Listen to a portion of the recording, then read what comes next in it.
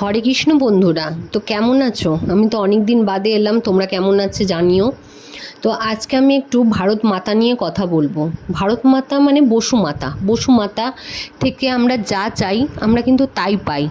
মন থেকে চাইলে তুমি সব পাবে। ধন সম্পত্তি যা ইচ্ছা তোমার মনে, সব ইচ্ছা পূরণ করে। তো তার একটা সুইচ ওয়ার্ড আছে, সেটা হচ্ছে ওম বসুধরে স্বাহা। ওম বসুধরে স্বাহা। ওম বসুধরে স্বাহা।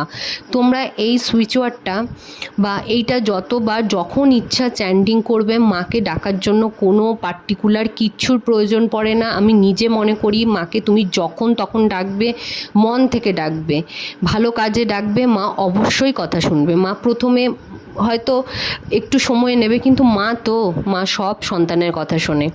আর তিনি হচ্ছেন বসুমাতা, যার উপরে আমরা রয়েছি। চলো, টাটা।